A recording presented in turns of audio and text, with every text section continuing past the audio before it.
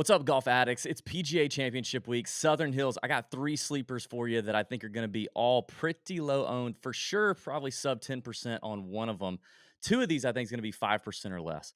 One of them you're not going to believe. I'll save it till the end. I mean, the major championship record on this guy, you're not going to believe he's sub 5%. Okay. And he's stupid cheap.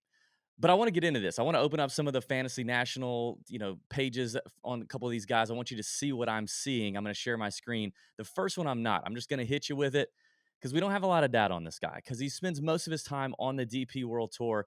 And guess what? He's the 90th ranked golfer in the world golf ranking. Okay. To put that in perspective, Mito Pereira, everybody's favorite, everybody loves Mito, right? Is the 100th ranked golfer in the world golf ranking. Okay. This guy's 10 spots better, and he's probably going to be a third of the ownership of Mito Pereira.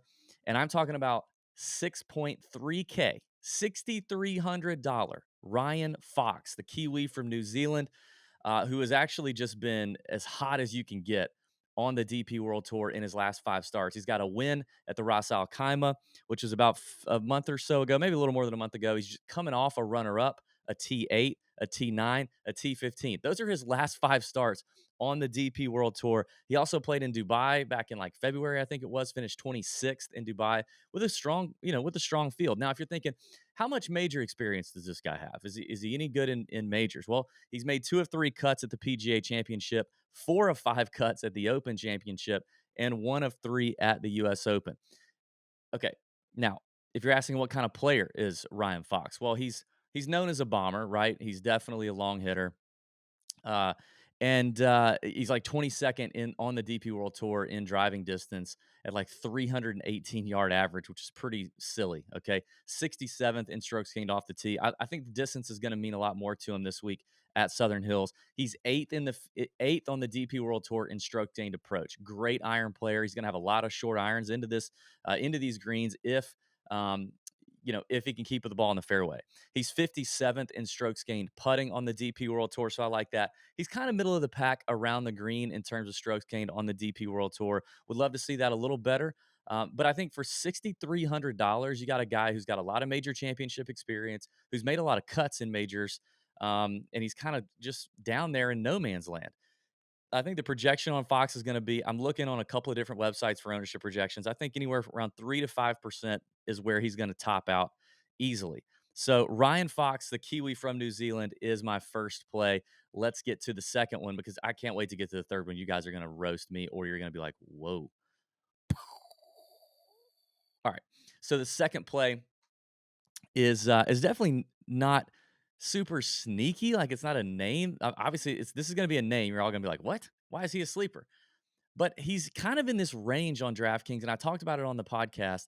I think the 8K range is going to get quite overlooked just because everybody's going to want to roster as many as they can in that 9K and 10K range. And then naturally, you're going to be forced into that 7K spot. The 8K range is going to get passed up. Last year, I believe it was last year, and obviously with Phil winning, it was weird. But I believe last year, the winning Millie Maker lineup on DraftKings had one name above. I had one name in the 9K, and everything else was like 8 and 7. I think that's right. Anyway, there wasn't a lot of 9 or 10K players in the winning DraftKings lineup. So if you want to be contrarian, you can definitely start here in the 8K range. And I'm going to give you a guy that I think is definitely going to be a sleeper. Sam Burns is projected to be owned around 7 to 10%. Now, he's coming off a miscut at the Byron Nelson. He's coming off a miscut at his first Masters. Honestly, the first Masters, and I talked about this when we did our Masters show. I didn't like Sam Burns when we did our Masters show. I just don't like a lot of debutantes at the Masters, right? It takes a little bit. There's a lot of learning. There's a lot of experience that has to be gained when you play the Masters for the first time. So I kind of toss that out. Like, forget that. Okay. So he's coming off of a miscut of the Byron Nelson. So two bad rounds, two bad-ish rounds. And in fact, I'm not sure. I think he missed it. Let's take a look. I want to say he missed it on the cut line. Let's see. Yeah, he did. He shot 4 under. Okay. Let's see. He lost about a stroke on approach in those 2 rounds. I believe it was on just 2 bad swings, if I remember correctly. Gained strokes off the tee, was fine around the greens, was about average around the greens. That's it. Like, he missed a cut by 1 shot, or we could be talking about somebody totally different. It was a couple of weeks ago at TPC Potomac. Roy McIlroy made it in by getting a up and down out of the bunker on 18 to make the cut, and he finished like top 5, I think he was, almost ran down everybody. So, like, I'm not worried about the one missed cut at the Byron. But Sam Burns at $8,800. Also, he's got the AM/PM tee time wave. Which, listen, th- this is early on a Wednesday morning. I'm recording this. The wind prediction stuff at Oklahoma, the winds can turn on in a second. Like, I'm not putting you know I think it's worth probably having exposure to both waves. I don't think you should be stacking one wave right now, that's for sure. But if you do, the AM PM looks most beneficial for the moment, but that could change very quickly.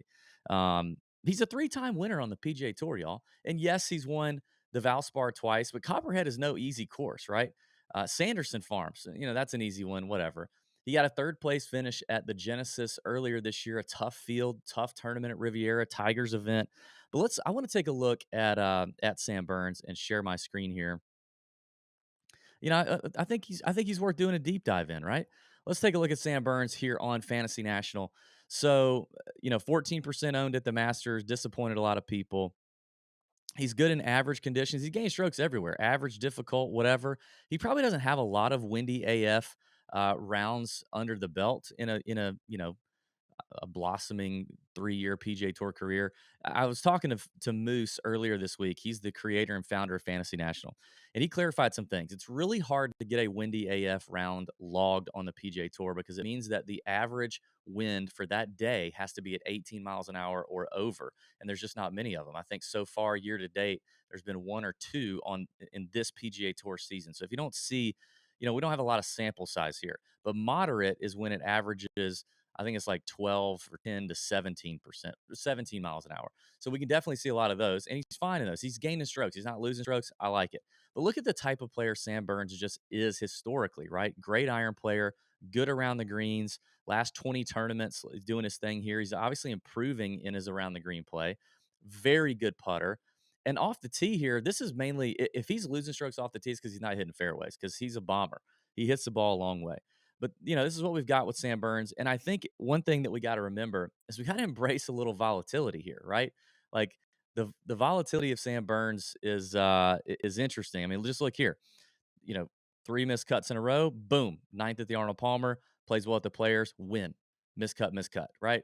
Like, there's a little bit of that. There's a little bit of that with Sam Burns. Here he is again last year, 2021, top 25 at Waste Management, does okay at Pebble, third at the Genesis, and then miscut, 39th win, runner up, 50th, miscut. Like, it's just kind of it's just kind of what we get with Sam Burns. Sorry, I guess the third place I mentioned earlier at the Genesis was in 2021, not 2022. That's on me. That's on me, people. But I think his short game is underrated. I think people see him as a really good ball striker, iron player, bomber, because he does hit it a long way. But the short game is definitely underrated. And I think we have to kind of embrace the volatility here. Now, he doesn't have a lot of major championship experience, but the best performance that he does have at a major is a 29th place finish at the 2019 PGA Championship. I want to show you a few other things here on Fantasy National under Sam Burns. 119 mile an hour club head speed, 179 ball speed. Obviously, driving distance gained, he checks a lot of those boxes. And really, if you look long term, like, he's a pretty good driver. Good drives gained, I think, is a really good stat, the kind of total driving stat. And I think that's going to be all you need here with slightly wider fairways at Southern Hills. But let's keep looking. I want to show you this too. He's definitely a guy that avoids bogeys. I want to say he's top 15 in this field, last 50 rounds in bogey avoidance. Gains birdies, avoids bogeys. Like, that's what we want to see. We need to be able to avoid the big number here, at a major championship where par may be your friend. I want to look at the next thing I want to look at here is some proximity numbers. Now, recently, not been fantastic. But look, even at the Byron, like, and see this right here. This is how there was a weird couple of things. Like, to lose 21 strokes on the field, or 21 whatever, not 21 strokes, but minus 21 on proximity 200 plus probably means he just had like one or two really bad swings that probably cost maybe a penalty shot or something. It's not good. But I mean, look at these proximity numbers these last few events. I mean, he's got it in this long-term range. He's going to be just fine. One last thing I want to show you is par 4 scoring. Obviously, with a par 70, you eliminate a couple of those par fives. Look at the par four scoring between 400 and 450, 450 and 500. We're going to see a good bit of these two categories this week. I mean, he's got all the tools, right? He really does. So I think Sam Burns is going to give you a player with in a range that's going to go overlooked and with a lot of win equity in Sam Burns. I think he could. I think he's good enough. I mean, having won 3 PGA Tour events, I think he's good enough to close the door on a PGA. If a 50-year-old Phil Mickelson can do it, if Yi Yang can do it, some of these people who've won PGA championships, Keegan Bradley for crying out loud, Jason Duffner, I think won a PGA.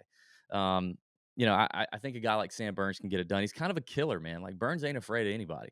Long off the tee, great iron player, underrated short game. Who cares about the last 2 missed cuts? I think there's you can break those down a little bit and still find value on Sam Burns. So maybe I've sold you on him. Probably not as hard to sell you on Sam Burns as it's going to be to sell you on my final sleeper play of the week.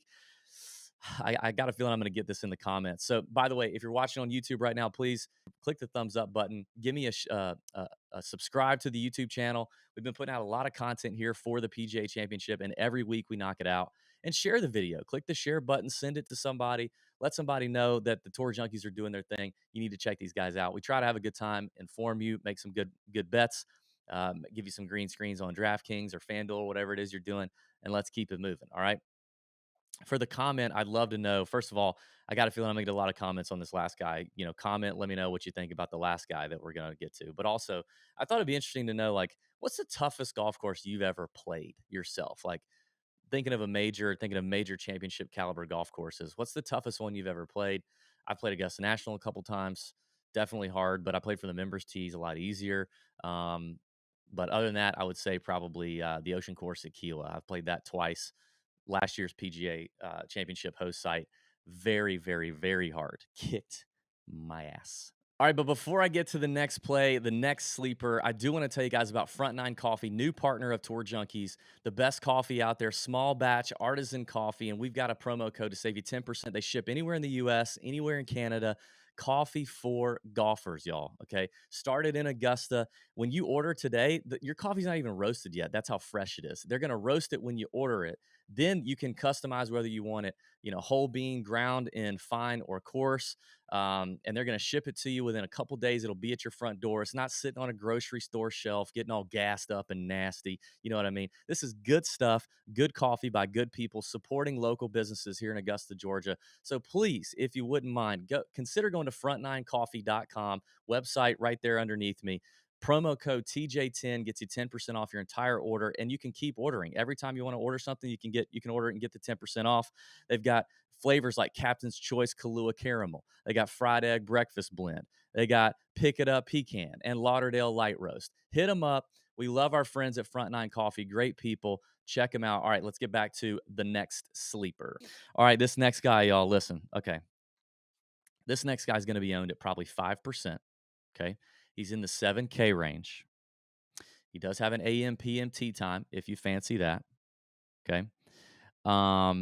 What should I give you? Okay. He's played in 32 major championships. 32. Of those 32, he has 8 missed cuts. So that's it. So I think by my math, he makes the cut in majors, 75% of the time. Okay. And I know we're looking for more than that. So let me give you this. In those 32 major championships, he has 11. Sorry, no. Yes, he has 11 top 20s and a win in major championships. 11 of 32. That's like 33% of the time he's top 20 in. Okay, 75% of the time he's making the cut. He's owned at 5%. Do you know who I'm talking about yet? Say it out loud at your computer screen if you do. I'm talking about Patrick Reed. Good. Shots fired. I'm talking about Patrick Reed, $7,200, 5% probably owned in DFS. Talking about Patrick Reed, and I know it's cringy. Okay, but here's what I'm gonna do. Let me pull up Patrick Reed. Just don't end the video yet. Let me see if I can sway you for just a little bit of Patrick Reed exposure, just a smidge. Okay, let's take a look at Patrick Reed. Obviously not a long hitter, averaging 290. He's never been a long hitter. Whatever. Best putting surface, bent grass. Okay. Best in average or difficult conditions. good in moderate and windy AF conditions over a long-term look at his career. Now, listen, obviously the trajectory and the stats for Patrick Reed are not good, but the short game is still intact. It's, long term, he's always been an incredible short game player, right? That's where he's always made his money. But if you look here recently, just in the 2021-2022 season that starts right here, okay? The short game is still very much intact. Like that's not what's cost him tournaments. What's cost him tournaments is the approach play and off the tee. And a lot of this off the tee mess is is because he's had a hard time hitting fairways, which if you hit it 290 on the PGA Tour and you don't hit fairways, you're definitely behind. But I think that this course having wider fairways will help Patrick Reed, obviously, right? And we got to embrace the volatility on Reed because we do know that with all of his major championship experience that I just gave you, uh, you know, he including half of his PGA championships are top 20s. Half of his PGA champ I'm gonna say it again. Half of his PGA championships are top 20s. Let's look at them. Okay, let's just look at the major championship record of Patrick Reed. Here's his PGA championship record. He's got let's see, 3 top 15s, 3 top 15s, only 2 missed cuts in 8 PGA championships, including a 17th last year. Let's look at his US Opens because I think that's probably the most, US Open major and PGA and the Open play can play as similar, much more similar than the Masters. Look at his US Open record.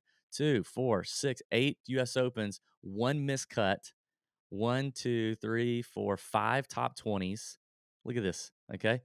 Including last year, a 19th place at the US Open. The Open Championship, he's played in 7 Open Championships, 1, 2, 3 top 20s, and a T28. Embracing the volatility, right? Like, there's a lot of miscuts in here. There's a lot of, top 20s in here.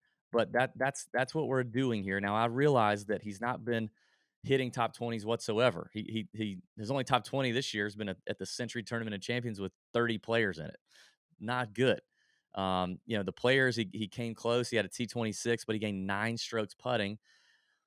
But here we come to a difficult golf course where scoring is tough, where par is your friend, where short game matters a ton, and I think P. Reed could bail himself out with that. Okay, I think he could bail himself out across most of the sports books too. I noticed that his top 20 odds were around 4-1.